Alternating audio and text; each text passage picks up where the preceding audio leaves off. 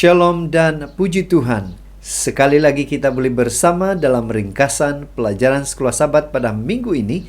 Pelajaran yang ke-9 yang bertajuk Tanda Perjanjian. Untuk memulai saudara, mari kita tunduk kepala dan kita berdoa. Bapa Syurgawi, terima kasih karena kebaikan Tuhan bersama dengan kami di dalam pembelajaran Sekolah Sabat kami pada minggu ini. Dalam nama Yesus kami sudah berdoa. Amin. Sekali lagi saudara, saya mengucapkan terima kasih dan puji Tuhan karena saudara terus bersama dengan saya dalam ringkasan pelajaran Sekolah Sabat setiap minggu. Minggu ini kita akan mempelajari satu pelajaran yang bertajuk Tanda Perjanjian. Pertanyaan utama, di manakah hari Sabat berasal? Apakah bukti yang membuktikan bahwa hari Sabat wujud sebelum Sinai? Bagaimana Sabat itu menjadi tanda perjanjian yang kekal? Juga seperti biasa, di screen adalah ayat-ayat Alkitab yang pastinya akan membantu kita di dalam pembelajaran Sekolah Sabat kita pada minggu ini. Ayat hafalan kita terdapat dalam Keluaran 31 ayat 16 mengatakan, "Maka haruslah orang Israel memelihara hari Sabat dengan merayakan Sabat turun-temurun menjadi perjanjian kekal." Saudara, Sabat itu istimewa di dalam banyak hal. Sabat adalah peringatan akan penciptaan dan penebusan. Sabat adalah tanda dari perjanjian yang kekal, dan Sabat akan berlangsung selamanya. Pada saat yang sama, Sabat juga merupakan salah satu hukum upacara yang menuntun kepada Kristus. Sabat lebih dari sekadar pembahagian waktu. Sabat adalah suatu janji hubungan yang berharga dan bermakna dengan Tuhan.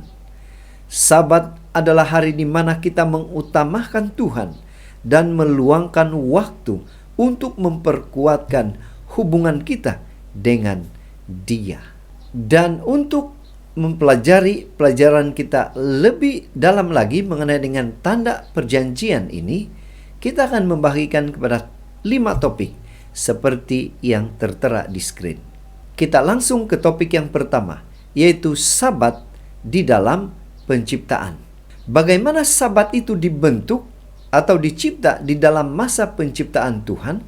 Kejadian 2 ayat 2 hingga 3 mengatakan, ketika Allah pada hari ke-7 telah menyelesaikan pekerjaannya yang dibuatnya itu, berhentilah ia pada hari ke-7 dari segala pekerjaan yang telah dibuatnya. Lalu Allah memberkati hari ke-7 itu dan menguduskannya, karena pada hari itulah ia berhenti dari segala pekerjaan penciptaan yang telah dibuatnya itu.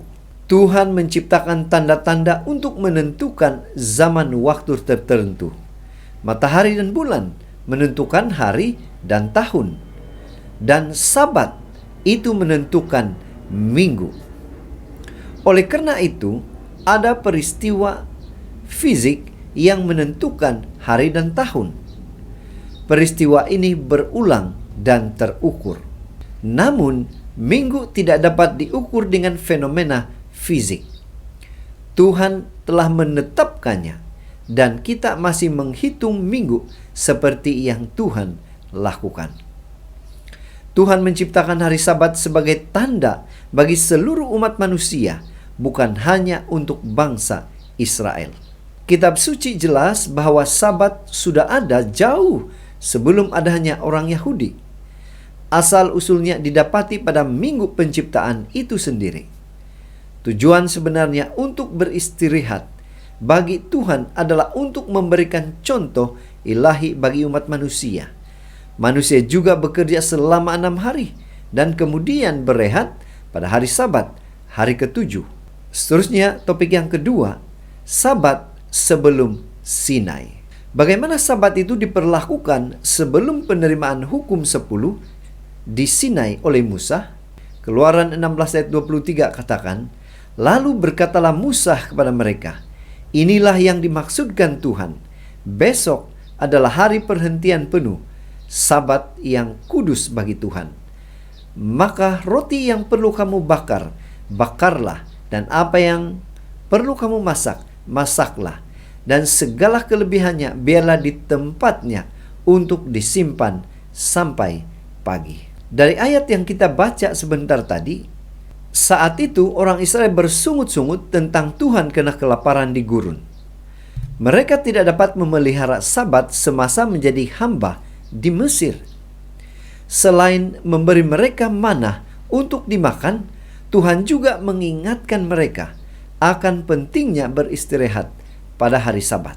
Ajaibnya, dalam kisah itu atau dalam cerita orang Israel keluar dari tanah Mesir, mana berulat sehari setelah diambil, tetapi tidak pada hari Sabat. Selain itu, mana tidak turun pada hari Sabat. Mereka mengumpulkan manah tambahan dan memasaknya pada hari Jumat. Tuhan ingin mereka mengabdikan hari Sabat untuk berada di dalam persekutuan dengannya. Tuhan juga masih ingin menggunakan hari Sabat bersama dengan kita hari ini. Seterusnya topik yang ketiga yaitu dari Sinai hingga zaman kita, Sabat menjadi tanda perjanjian. Bagaimana pemeliharaan Sabat itu menjadi tanda perjanjian kekal kepada kita saat ini? Keluaran 31 ayat 16 katakan, maka haruslah orang Israel memelihara hari Sabat dengan merayakan Sabat turun-temurun menjadi perjanjian kekal. Kalau kita membaca Alkitab, saudara, 4 kali disebut dalam Alkitab bahwa hari Sabat ditetapkan sebagai tanda. Kita baca dalam Keluaran 31 secara ringkas untuk mengingatkan kita bahwa Tuhan menguduskan kita. Keluaran 31 ayat 17 untuk mengingatkan kita bahwa Tuhan adalah pencipta kita. Kemudian Yeskiel 20 ayat 12 untuk mengingatkan kita bahwa Tuhan menguduskan kita. Dan yang terakhir Yeskiel 20 agar kita dapat mengenal Tuhan. Sabat adalah tanda luaran yang menandai kita sebagai sebahagian dari perjanjian kekal. Dengan mendedikasikan hari istimewa untuk Tuhan pada hari yang Dia tentukan, kita mengakui bahwa kita telah menerima perjanjiannya, bahwa kita ingin mengenal Dia lebih baik setiap hari, dan bahwa kita ingin menjadi seperti Dia. Sabat juga merupakan tanda kasih karunia Tuhan. Itu adalah peringatan karya penebusan Yesus untuk kebaikan saudara dan saya. Seterusnya, topik yang keempat, yaitu dari Sinai hingga zaman kita, Sabat itu menjadi tanda pengudusan. Topik sebelumnya, Sabat itu menjadi tanda perjanjian. Sekarang, pertanyaannya, bagaimana kita mengetahui bahwa Sabat itu menjadi tanda pengudusan? Keluaran 31 ayat 13 katakan, katakanlah kepada orang Israel demikian, akan tetapi hari-hari Sabatku harus kamu pelihara, sebab itulah peringatan antara aku dan kamu turun-temurun, sehingga kamu mengetahui bahwa akulah Tuhan yang menguduskan kamu. Kalau kita perhatikan saudara, dari 4 kali Sabat diperkenalkan dalam Alkitab sebagai tanda, disebutkan juga bahwa Tuhan ingin kita tahu bahwa Dia menguduskan kita. Mengenal Tuhan berarti lebih dari sekadar pengetahuan intelektual. Itu melibatkan hubungan yang dekat dengan Tuhan.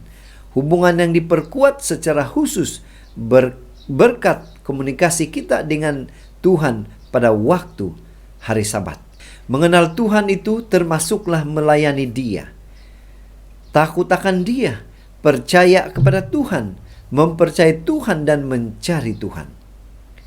Tuhan dapat menguduskan kita melalui hubungan yang dekat dengannya. Kemudian yang terakhir saudara, topik yang kelima, yaitu dari Sinai hingga zaman kita, Sabat itu menjadi suatu tanda peringatan. Bagaimana Sabat itu menjadi peringatan kepada kita? Apa Alkitab katakan tentang perkara ini? Keluaran 20 ayat 8 katakan, Ingatlah dan kuduskanlah hari Sabat. Ada 3 hal yang harus kita lakukan dengan hari Sabat, yaitu untuk apa? Untuk mengingatinya, untuk memeliharanya, dan untuk menguduskannya. Semuanya mencakup 3 aspek dalam waktu, yaitu masa lalu, masa sekarang, dan masa depan. Masa lalu itu Sabat mengingatkan kita pada penciptaan. Kemudian masa sekarang, kita menikmati waktu khusus persekutuan dengan Tuhan saat memeliharanya. Kemudian masa depan, Tuhan menguduskan kita untuk mempersiapkan kita untuk kekekalan bersama dengannya. Artinya saudara, Sabat adalah meterai, suatu tanda identiti. Sabat berisi unsur-unsur yang mengidentifikasikan penciptanya, yaitu siapa yang menandatangani. Tidak lain tidak bukan adalah Tuhan. Kemudian wilayah kekuasaannya, yaitu langit dan bumi, dan tarik penanda tanganan, yaitu pada saat penciptaan. Pena inspirasi juga menjelaskan kepada kita berkat-berkat besar dilingkupi dalam pemeliharaan Sabat, dan Allah menginginkan agar hari Sabat menjadi hari sukacita bagi kita. Ada sukacita pada lembaga Sabat. Tuhan memandang dengan puas terhadap pekerjaan tangannya. Semua hal yang telah Dia buat, Dia ucapkan sangat baik. Kejadian 1:31.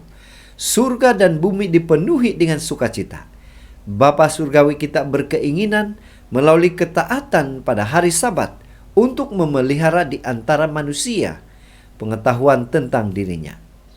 Dia ingin agar hari Sabat mengarahkan pikiran kepada Tuhan sebagai Tuhan yang benar dan hidup, dan bahwa dengan mengenalnya kita dapat memiliki hidup dan damai. Jadi saudara, dari pelajaran sekolah Sabat kita pada minggu ini, kita boleh menyimpulkan bahwa Sabat adalah tanda perjanjian yang menjangkau ke masa apabila rencana penyelamatan akan disempurnakan. Sabat menunjuk kembali kepada penciptaan dan sebagai tanda perjanjian kasih karunia. Sabat menunjuk kita kepada penciptaan kembali yang terakhir, apabila Tuhan membuat segala sesuatu menjadi baru. Jadi saudara, sampai di sini ringkasan pelajaran sekolah Sabat kita pada minggu ini. Semoga ini boleh membantu kita di dalam pembelajaran sekolah Sabat kita pada minggu ini. Mari kita berdoa. Bapa Surgawi, terima kasih karena Engkau telah bersama dengan kami, memimpin kami di dalam pembelajaran sekolah Sabat kami. Biarlah kiranya Tuhan, apa yang sudah kami pelajari itu menjadi pedoman di dalam kehidupan rohani kami. Terima kasih Tuhan sudah mendengar menjawab doa kami. Terima kasih karena Engkau menolong kami di dalam pembelajaran sekolah Sabat kami pada minggu ini. Dalam nama Yesus kami berdoa.